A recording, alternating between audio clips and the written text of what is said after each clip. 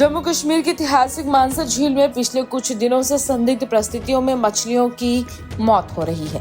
इस क्षेत्र में जल जनित बीमारियों के फैलने की आशंका पैदा हो गई है। यहाँ पर बताते चले कि मानसर झील के किनारे नाग देवता का मंदिर होने के कारण ये धार्मिक आस्था का केंद्र है। झील में मछलियों के अलावा विभिन्न प्रजातियों के जल जंतु हैं। धार्मिक मान्यता के मुताबिक इस झील से मछलियों को ना तो बाहर निकाला जाता है और ना ही उनका शिकार किया जा सकता है। बताया जा रहा है कि हर वर्ष सर्दियों में झील में इसी तरह से मछलियां मरती हैं। पिछले साल सर्दियों के दिनों में ये संख्या हजारों में पहुंच चुकी थी और अब लगातार मर रही है। मानसर झील की आस्था के मुताबिक यहाँ से मछलियां बाहर नहीं निकाली जाती हैं। इसमें कुछ मछलियां बड़ी हो गई हैं जो अधिक सर्दी सहन नहीं कर पाती हैं, जिससे मर जाती हैं। हर वर्ष अधिक सर्दी होने पर मछलियां मरती हैं। जो भी मछलियां मरने के बाद तैर रही हैं उन्हें बाहर निकाल कर दफनाया जा रहा है। निवासी हूँ, सांबा का रहने वाला हूँ। जैसे कि पिछले साल भी आपने देखा, ये लगातार खासकर इन दिनों में जो ये मछलियाँ मरती हैं और मोर्टेलिटी रेट जो बहुत ज़्यादा हो जाता है, तो ये एक बहुत चिंता का विषय भी है। कई बार वाइल्ड लाइफ वाले भी बेचारे इस पर पूरा ध्यान दे रहे हैं, वो भी देख रहे हैं किस कारणों से ये हो रहा है। ओवर क्राउडेड है, मुझे लगता है जहाँ की मछलियों की तादाद ज़्यादा हो गई है, उस कारण ऑक्सीजन की कमी सर्दियों में थोड़ी कम हो जाती है पानी में। तो ये मेन कारण हो सकता है, क्योंकि ये अब विशेषज्ञ बता सकते हैं किस कारण ये हो रहा है और लगातार खासकर सर्दियों में ही ऐसा होता है। तो इसको वाइल्ड लाइफ को और सरकार को, स्थानीय प्रशासन को देखना चाहिए, गंभीरता से लेना चाहिए कि ये ही एक मानसर की एक लोगों को आस्था का केंद्र भी है और पर्यटन स्थल भी है, जिससे लोग जुड़े हुए हैं। कईयों का कारोबार भी इसमें चलता है और बाहर बाहर से दूर दूर से लोग देखने आते हैं।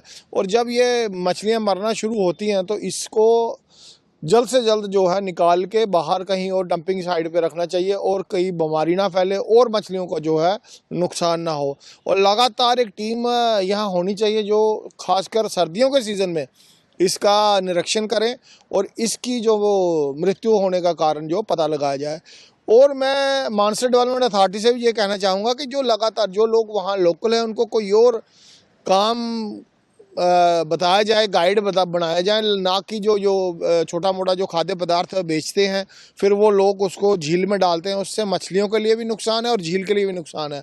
और जेटी में आपने देखा, सफाई का थोड़ा ध्यान रखा जाए। जितने भी ये जेटी है जहाँ लोग खड़े होकर मछलियों को देखते हैं, वहाँ बहुत सारी गंदगी का एहसास हमें होता है। लोगों ने कुछ पिट भी जो है पानी में ड्रेनेज का वहाँ डाला हुआ, तो ये सख्ती बरतनी चाहिए जिससे इस झील को साफ और पवित्र रखा जाए। क्या लगता है आपको, मछलियाँ अगर ज़्यादा मरेंगी तो टूरिज्म में कहीं ना कहीं इसको असर पड़ेगा? वो तो कुदरती जो लोग देखने, जो मेन जो देखने लोग यही आते हैं कि मानसर का पानी बहुत साफ है, झील बहुत सुंदर है और मछलियाँ कैसे वहाँ एक आस्था का केंद्र है, ना ही वो पकड़ी जाती हैं, ना ही कोई उनको ऐसा कर सकता है। और अगर मछलियों की मोर्टेलिटी रेट बढ़ती है तो उससे मानसर के पर्यटन स्थल को तो काफ़ी नुकसान होगा ही होगा, झील का सौंदर्य भी इससे थोड़ा कम होगा। क्या करना चाहिए सरकार को, स्थानीय प्रशासन को इस पे ध्यान देना चाहिए, वाइल्ड लाइफ को एक्टिवनेस दिखानी चाहिए और ये कोई विशेषज्ञ टीम लगा के इसका पता लगाना चाहिए। अगर मछली ओवर क्राउडेड है तो उसको कहीं और डाइवर्ट करें। एक संख्या, अब एक पॉन्ड में अगर 10 मछली रह सकती है तो उसमें 7 रखनी चाहिए। अगर यहाँ 7,000 या 7 लाख मछली हो जाएगी तो ऑक्सीजन की कमी से नेचुरली वो मरना शुरू हो जाएंगी। तो इसको एक साइंटिफिक तौर और विशेषज्ञ की टीम बुला के इसका पूरा निरीक्षण करना चाहिए। नहीं, उसकी जो हमारी हायर अथॉरिटीज़ की डायरेक्शंस के अकॉर्डिंगली हमने अपना फील्ड स्टाफ पूरा डिप्यूट किया हुआ है, जो रेगुलरली हर 1-2 घंटे में वहाँ पे लेकर चक्कर लगा के जितनी भी मोर्टेलिटी हुई है उसको डिस्पोज ऑफ कर रहे हैं। वहाँ से निकाल के हमने पिट्स निकाले हुए हैं लेक से थोड़ा दूर, उसको डंप कर रहे हैं। उसके लिए बीच में नमक प्लस हम थोड़ा सा लाइम की, ताकि उस पर बीमारी ना फैले और उसका अच्छी तरह से डिस्पोज ऑफ हो जाए। वही अभी चल रहा है प्रोसेस। हाँ, उसका ये है कि प्रॉपर डिस्पोज साइंटिफिक तरीके से उसको कर रहे हैं ताकि स्मेल या ना हो या कोई और बीमारी ना फैले। क्या लगता है, इससे कोई टूरिज्म को फर्क तो नहीं पड़ेगा? नहीं, इससे कोई टूरिज्म को कोई फ़र्क नहीं पड़ेगा, वो अपने आराम से आएँ। और ये अभी क्लाउडीनेस की वजह से ही है इसका मेन रीज़न, टेम्परेचर वेरिएशन की वजह से। ठीक है सर। अवेयरनेस प्रोग्राम्स हमारे चल रहे हैं। हमने लास्ट ईयर भी 2-3 प्रोग्राम्स किए जिसमें हमने लोकल्स को बुलाया हुआ था, मेन दुकानदारों को बुलाया था। इवन हमारे जो है स्कूल्स में जाके जो बच्चे हैं उनको अवेयर किया था कि इसमें ना ही प्लास्टिक वगैरह फेंकें। प्लस मेन तो हमारा यही था कि इसमें जो ये फ्लो डफ वगैरह लोगों की, इनकी आदतों को चेंज करना है, क्योंकि इससे अमोनिफिकेशन होती है और उससे फ़िश की मोर्टेलिटी के चांसेस बढ़ जाते हैं। और उसके साथ साथ टूरिस्ट वगैरह जब आते हैं तो हमने जगह जगह अपने बोर्ड्स वगैरह लगाए हैं कि इसमें कूड़ा करकट ना फेंके। तो अभी तो फ़िलहाल यही कर रहे हैं और आने वाले टाइम में इसको हम बढ़ाएंगे थोड़ी ड्राइव को। तो एक बहुत बड़ा पर्यटक स्थल भी है यहाँ पे, दुनिया भर के पर्यटक भी आते हैं। जी जी जी, पर्यटक, क्योंकि जम्मू के आसपास आने वाला एक यही पर्यटक केंद्र है हमारा, तो टूरिस्ट स्पॉट जो है, तो इसको हमें साफ़ सुथरा रखने की ज़रूरत है और लोगों को ज़्यादा से ज़्यादा अवेयर करेंगे। इसका मेन रीज़न वही है, एक तो ओवर पॉपुलेशन है और दूसरा वाटर क्वालिटी को लेके भी पिछले साल जो सैंपल लिए थे उन्होंने वाटर क्वालिटी को बोला था। ओवर पॉपुलेशन की वजह से जो है कि हमारी जो ये फ़िश है वो हमारी कैरिंग कैपेसिटी से, मानसर की जो कैरिंग कैपेसिटी है लेक की, उससे ज़्यादा हो गई है। और इन दिनों में ये नॉर्मल प्रोसेस है, क्योंकि वैसे भी डेज जो हैं छोटे हो गए हैं और क्राउडीनेस की वजह से, प्लस ये है फोटोसिंथेटिक जो प्रोसेस है वो प्रॉपर नहीं हो पा रही है, तो टेम्परेचर भी ड्रॉप हुआ है, तो वो उसकी वजह से हो रहा है।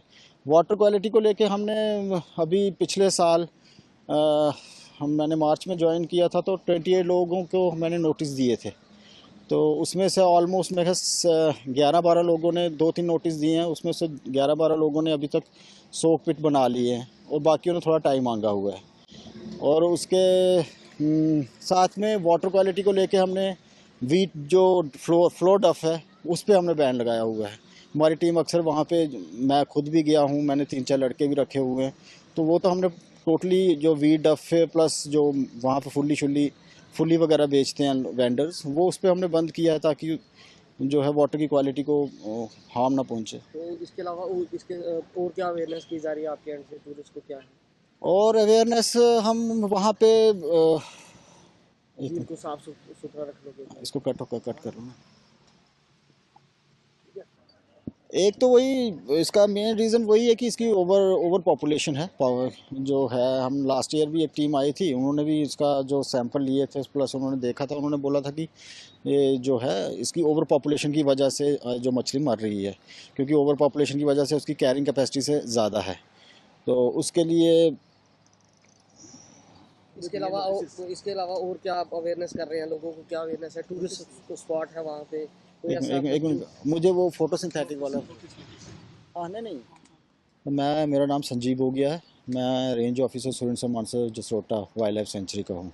ये अभी मछलियों का मरना जो शुरू हुआ है, क्या कारण है और अभी तक कितनी की डेथ हो गई है, क्या है? ये मछलियाँ हमारे 1-2 साल से ये हमारे नोटिस में आया। पिछले साल भी कोई 5-7 हज़ार मछलियाँ जो मॉर्टेलिटी हुई थी, और इस बार भी अभी जस्ट 3-4 दिन में हम देख रहे हैं कोई 1000-1100 मछलियाँ जो हैं वो ठंड की वजह से हुई हैं। तो मेन रीज़न, हम पिछले साल भी जो इसकी रिपोर्ट आई थी, हमने इसकी टीम बुलाई थी, उन्होंने मेन रीज़न तो यही बताया था कि ओवर क्राउडिंग, क्योंकि मछली इतनी ज़्यादा हो गई, हमारी जो लेक की कैरिंग कैपेसिटी से ज़्यादा हो गई है।